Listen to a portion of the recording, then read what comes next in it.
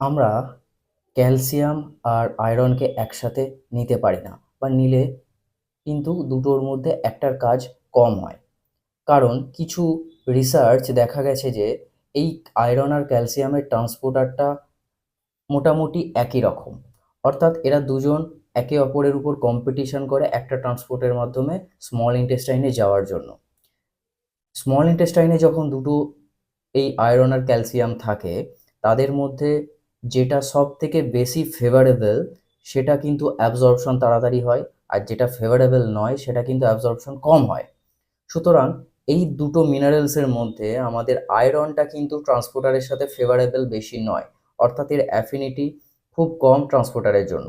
তাই এটার অ্যাবজর্পশনটা কিন্তু কমে যায়। যদি আমরা আয়রন আর ক্যালসিয়াম একসাথে নিই, তাহলে এটা ইনহিবিট করে আয়রন অ্যাবজর্পশনটাকে। যদি আপনি আয়রন সাপ্লিমেন্ট নেন, তাহলে কি ধরনের খাবার